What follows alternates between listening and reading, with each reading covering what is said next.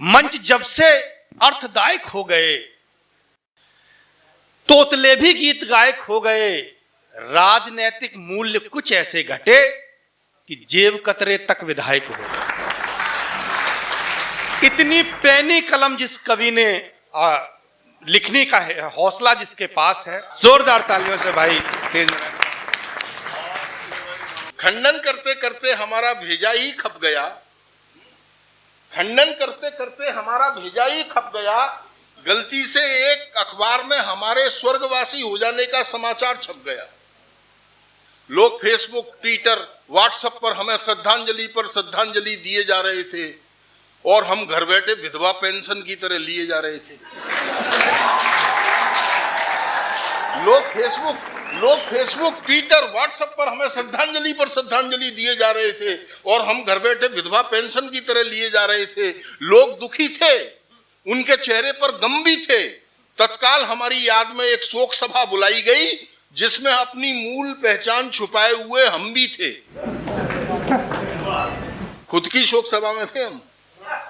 तत्काल हमारी एक याद में एक शोक सभा बुलाई गई जिसमें अपनी मूल पहचान छुपाए हुए हम भी थे।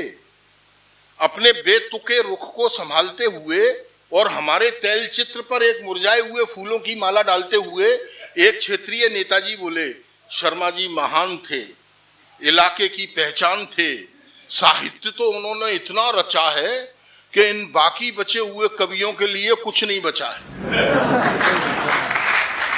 साहित्य तो उन्होंने इतना रचा है कि इन बाकी बचे हुए कवियों के लिए कुछ भी नहीं बचा है। उनके सृजन हमें रह रह के रुलाएंगे। वो इतनी पुण्यात्मा थे कि देखना सीधे स्वर्ग जाएंगे।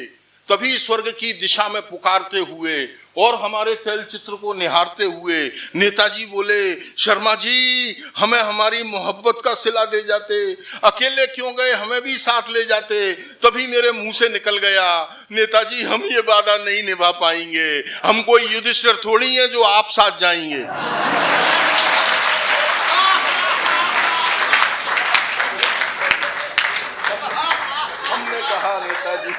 हमने कहा नेताजी हम ये वादा नहीं निभा पाएंगे, हम कोई युधिष्ठिर थोड़ी हैं जो आप साथ जाएंगे। कविता खत्म हो गई, ताली बजाओ।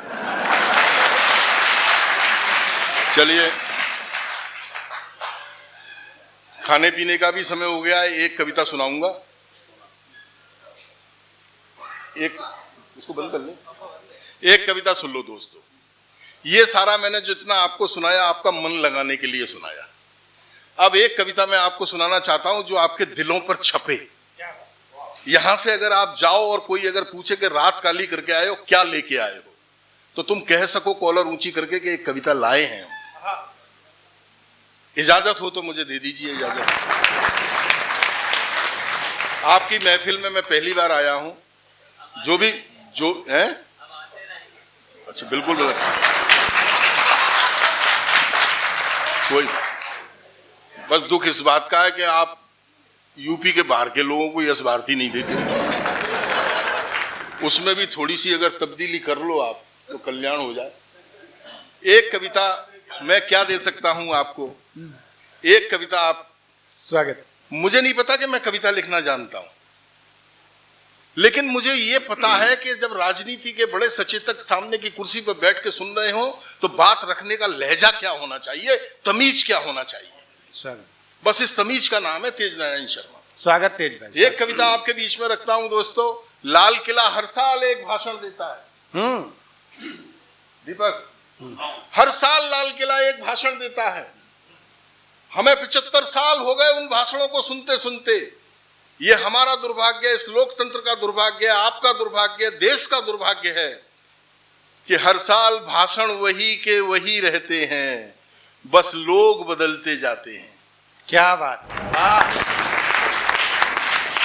उन भाषणों में जो ज्ञान की गंगाएं बहाई जाती हैं, उन भाषणों में जो विकास की गंगाएं बहाई जाती हैं, वो हमारे और आपके घरों तक आते आते रास्ते में कहां सूख जाती हैं, इसका हिसाब आज तक किसी सरकार ने नहीं दिया।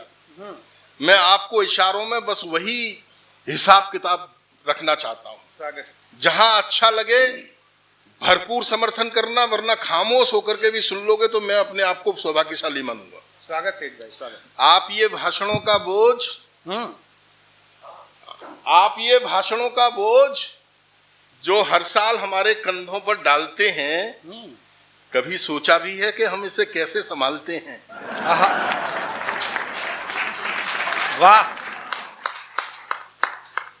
राम अवतार त्यागी जी ने कहा था, इस सदन में मैं अकेला ही दिया हूं, मत बुझाओ, जब मिलेगी रोशनी हमसे मिलेगी। वाह। जी रहे हो जिस कला का नाम लेकर, क्या पता भी है कि वो कैसे बची है? सभ्यता की जिस अटारी पर खड़े हो, वो हम ही बदनाम लोगों ने रची है। जिंदा रखना बड़े आरोप लगते हैं मंच पर, कि मंच पर कविताएं नहीं बची, ये हो गया वो हो गया। मैं आपसे कहता हूं कि आया करिए, अभी लोग जीवित हैं। आप ये भाषणों का बोझ, आप ये भाषणों का बोझ जो हर साल हमारे कंधों पर डालते हैं, कभी सोचा भी है कि हम इसे कैसे संभालते हैं? आजादी, आजादी, आजादी सिर्फ संपन्न लोगों की सामर्थ्य का एक सालाना जलसा है, जो हजामत बनवाकर खुद को जटायु प्रमाणित कर देने का ढोंग जानते हैं। आप ऐसे ही लोगों के मर्यादा पुरुषोत्तम हैं, आपको तो हम खूब पहचानते हैं। आप ऐसे ही लोगों के मर्यादा पुरुषोत्तम हैं, आपको तो हम खूब पहचानते हैं। ये कद, ये ओहदा, ये रसूख, हुजूर सारा खेल आंख नीचे का है। आपके चेहरे की तसल्ली कुछ भी कह रही हो, लेकिन आप खुद जानते हैं कि आपकी अचकन पर लगा ये सुर्ख गुलाब है, ये हमारे बगीचे का है। आपके चेहरे की तसल्ली कुछ भी कह रही हो, लेकिन आप खुद जानते हैं कि आपकी अचकन पर लगा हुआ ये सुर्ख गुलाब है, ये हमारे बगीचे का है। कमाल है, कमाल है, हमारा बगीचा आज भी जिंदा है अपने ही पसीने पर, और ये महकते हुए गुलाब आपके सीने पर, और ये महकते हुए गुलाब आपके सीने पर। हुजूर आप राजमुकुट हो, राजमणियों की तरह जड़े हो, और याद रखो, किसी चुनावी सभा में नहीं बल्कि लाल किले पर खड़े हो, जिसकी अपनी एक आन है, बान है, शान है। अरे आपके लिए ये भले ही ईंट पत्थरों का बना हो, हमारे लिए तो ये आज भी हिंदुस्तान है। भाई जिंदाबाद, तेज भाई जिंदाबाद। आपके लिए ये भले ही ईंट पत्थरों का बना हो, पर हमारे लिए तो आज भी हिंदुस्तान है। इशारा कर रहा हूं दोस्तों, इस पर खड़े होकर, इस पर खड़े होकर आप अपनी राजनीतिक महत्वाकांक्षाओं को घसीट रहे हैं। हम 75 सालों से अपना माथा पीट रहे हैं। याद करो, याद करो, पिछले साल भाषणों की पीठ पर लाद कर आपने जो नहर हमारे गांव भेजी थी, वो अभी तक नहीं आई है। सुना है इस बार आपने नदी भिजवाई है। याद करो, याद करो, पिछले साल भाषणों की पीठ पर लाद कर आपने जो नहर हमारे गांव भेजी थी, वो अभी तक नहीं आई है। सुना है इस बार आपने नदी भिजवाई है। आपके ये नेक इरादे अखबार की सुर्खियों में छा चुके हैं। आपके द्वारा भेजी गई नदी खुद कह रही है कि आप किस चालाकी से हमारी नहर खा चुके हैं।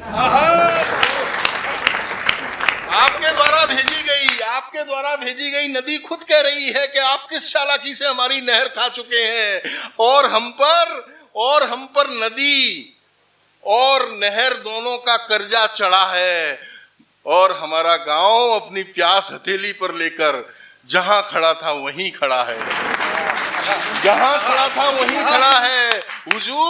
हुजूर अगर आप भगीरथ हो, हुजूर अगर आप भगीरथ हो, तो अपने भगीरथ होने के मानी दे दो। हम 75 सालों से प्यासे हैं, हमारे गांव को पानी दे दो। हम 75 सालों से प्यासे हैं, आप हमारे गांव को पानी दे दो। हम 75 सालों से प्यासे हैं। राजनीति के बड़े मंदिर में बैठते हैं हमारे आदरणीय भाई साहब। क्या हो गया राजनीति को हम अपने बच्चों को दिखाना नहीं चाहते? जो तमाशे हम देखते हैं उस चित्र को खींचता हूं इशारे से। 75 साल के लोकतंत्र की राजनीति का एक चित्र आपके बीच में रखता हूं।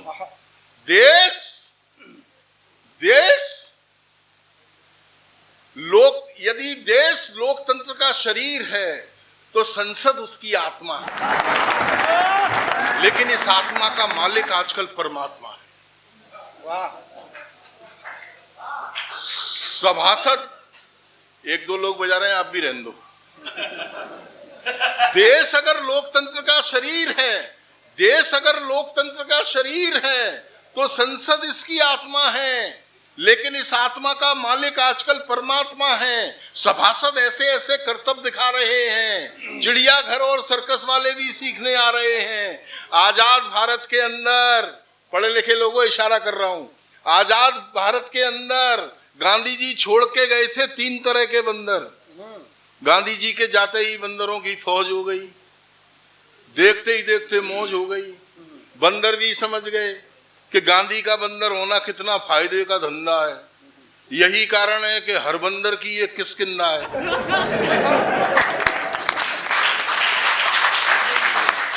बंदर भी समझ गए, बंदर भी समझ गए कि गांधी का बंदर होना कितना फायदे का धंधा है। यही कारण है कि हर बंदर की अपनी एक किस्किंदा है।